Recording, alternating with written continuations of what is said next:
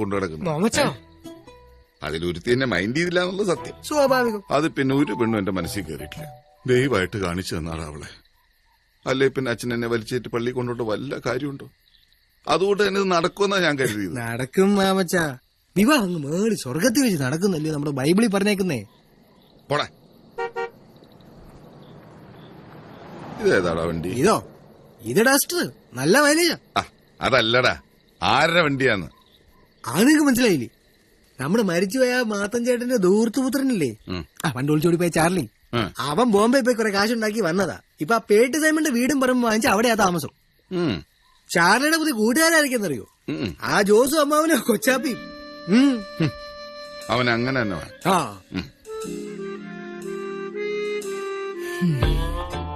14 വർഷം ഈ ഒരു ദിവസം സ്വപ്നം കണ്ടോണ്ടാ ഞാൻ എല്ലാ ദിവസവും ഉറങ്ങിയിരുന്നു. തിരിച്ചിവിടെ വരുമ്പോ എല്ലാവരും ഉണ്ടാവുമെന്ന് കരുതിയതാ.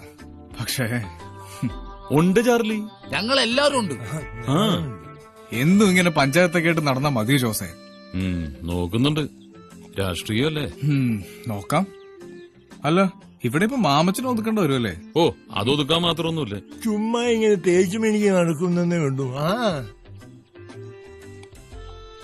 എന്നാ ഓരോന്നും കൂടെ ഒഴിക്കാൻ പാ. വേണ്ട വേണ്ട, സ്റ്റോപ്പ്. ഹലോ, അത് പറ്റില്ല. തലയ്ക്ക് വെളിവും കാലിന് ബലമുള്ള ഒരാള് പോലും ഇവിടെ വിട്ട് പോകാൻ പാടില്ല. കഴിക്കുവാണെ ബോധം പോണവരെ കഴിക്കണം, അല്ലെങ്കിൽ ഈ പണിക്ക് നിൽക്കരുത്.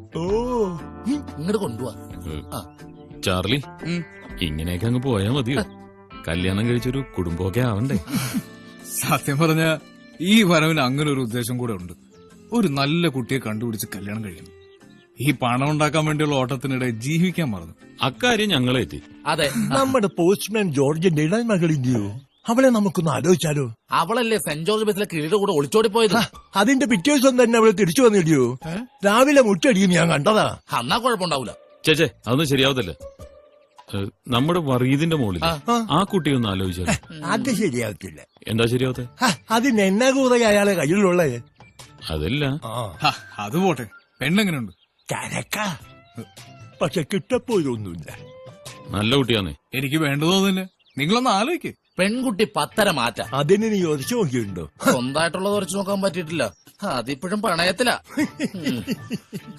എന്താണ് പിന്നൊരു കുറവുള്ള എന്താന്ന് വെച്ചാ, മാമച്ചനൊന്ന് പെണ്ണ് കണ്ടതാ. അത് അന്നേ ആ പെണ്ണിന്റെ വീട്ടുകാര് വേണ്ടാന്ന് പറഞ്ഞാന്നേ. പക്ഷെ മാമച്ചൻ ഇപ്പോഴും അവളുടെ പുറകെ തന്നെ. സംഗതി പാൽപ്പായസാണേലും പട്ടി നക്കിയാ പോയില്ലേ? നിങ്ങളും നോക്ക്. മാമച്ചന്റെ കാര്യം ഞാൻ നോക്കിക്കോളാം. എന്നാവാ? എവിടെ പോന്നു?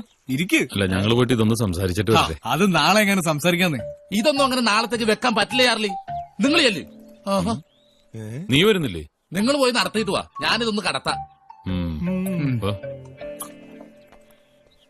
നടക്കുവോ? കഴിഞ്ഞില്ലടവേ. ഇപ്പൊ കഴിയും മാമച്ച. ചേട്ടൻ പതുക്കെ വെട്ടിയാ മതി ചേട്ടാ. പോയിട്ട് വേറെ പണിയൊന്നും ഇല്ലല്ലോ.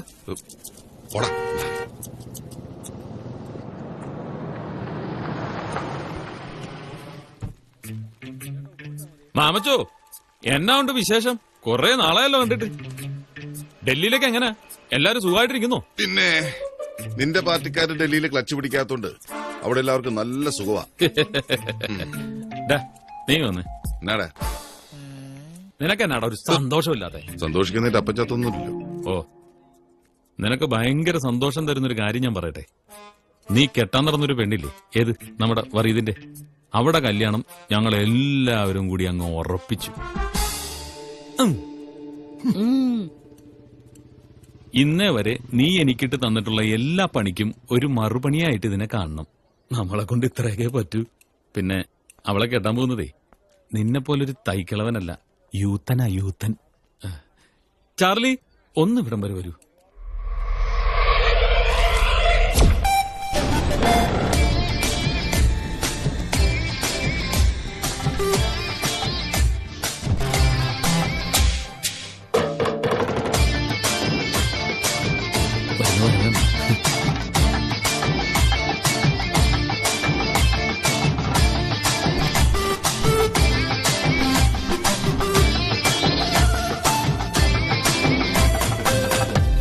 ഇതാണ് ഞാൻ പറഞ്ഞ സാധനം.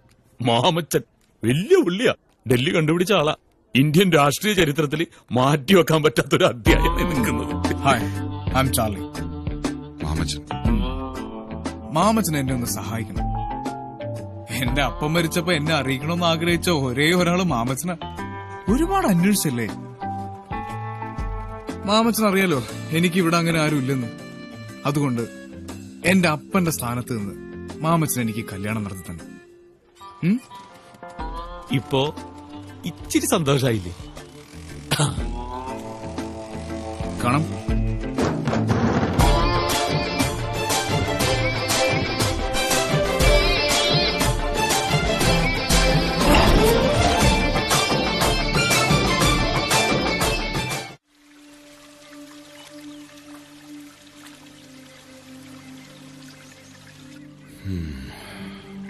ഇനിയിപ്പൊ എന്നാടാ ചെയ്യാ? ആലോചിച്ചിരിക്കാൻ സമയമില്ല. എന്നതേലും ചെയ്യാനുണ്ടെങ്കിൽ ഇപ്പൊ തന്നെ ചെയ്യണം. അത് തന്നെ ഞാനും ആലോചിക്കുന്നു. ദേ ഇനിയിപ്പൊ പന്തലിടണം, ആൾക്കാരെ വിളിക്കണം. ദേ ചാർലിയെല്ലാം മാമച്ചനെ ഏൽപ്പിച്ചേക്കുന്നേ. പോയി വിളിക്കേണ്ടവരെ മാമച്ച പോയി തന്നെ വിളിക്കണം. ചിലർക്ക് ഫോണിൽ വിളിച്ച ഇഷ്ടപ്പെടില്ലെന്നേ. ഓടാ, അമ്മച്ചി, നിന്റെയൊക്കെ തന്തയ്ക്കാ വിളിക്കേണ്ടത്. നമുക്ക് ഡൽഹി വരെ ഒന്ന് പോയാലോ? നിന്റെ അപ്പനെ കെട്ടിക്കാനോ? എനിക്ക് ഡൽഹി പോകാനുള്ള കൊതികൊണ്ടൊന്നല്ല, അവള് തിരിച്ചുപോയി. അറിഞ്ഞില്ലേ? ആ സോപ്പം തരോ? ഇത് വെച്ച് വരച്ചാ മതി. ചെരുപ്പോ? അതെ, അവിടെ ചെന്ന ചാർലിയെ അവളുടെ അപ്പനെ ഒന്നും പേടിക്കണ്ട. കാര്യങ്ങൾ പറഞ്ഞ് ക്ലിയർ ചെയ്യാം. എനിക്ക് തോന്നി നടക്കുന്ന കേസുകളെന്നാ. സാലി ഒന്ന് വിളിക്കണം.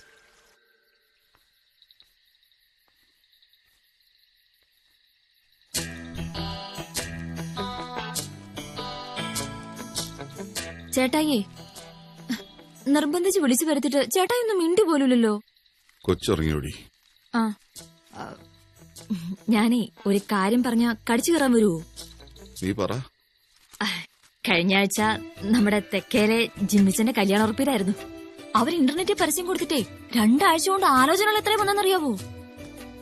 നമുക്കും അതുപോലത്തെ ഒരു പരസ്യം കൊടുത്താലോ? അവൻ എത്ര വയസ്സുണ്ട് ഇപ്പം? 26. നിനക്ക് അടുക്കള പണിയൊന്നുമില്ലേ? അതൊക്കെ ഞാൻ ചെയ്തോളാം. ചേട്ടാ ഞാൻ ചോദിച്ചതിന് ബാക്കി പറ. എടീ, എനിക്ക് വയസ്സ് 26 നീ പോയിട്ട് എന്റെ 2 ഷർട്ടും മുണ്ടും തേച്ചു വെക്കേ. നാളെ കാലത്ത് വളരെ അത്യാവശ്യമായിട്ട് എങ്ങാണ്ടോ പോകാനുള്ള. ഷർട്ടും മുണ്ടും തേക്കാനേ ഒരുത്തെ കൊണ്ടുവന്ന് നിർത്തിയിട്ട് അവളോട് പറഞ്ഞാ മതി. ചുമ്മാ അതല്ല, മൂത്തരിച്ച് മുതുക്കിനായിട്ട് ഇവിടെ ഇരിക്കേണ്ടി വന്ന്. മോളിൽ ഇനി മാലാക വരും. മാലാകൊന്നും ശരിയാവില്ല. ഇനി വരുവോ? Hello mister Mamachan.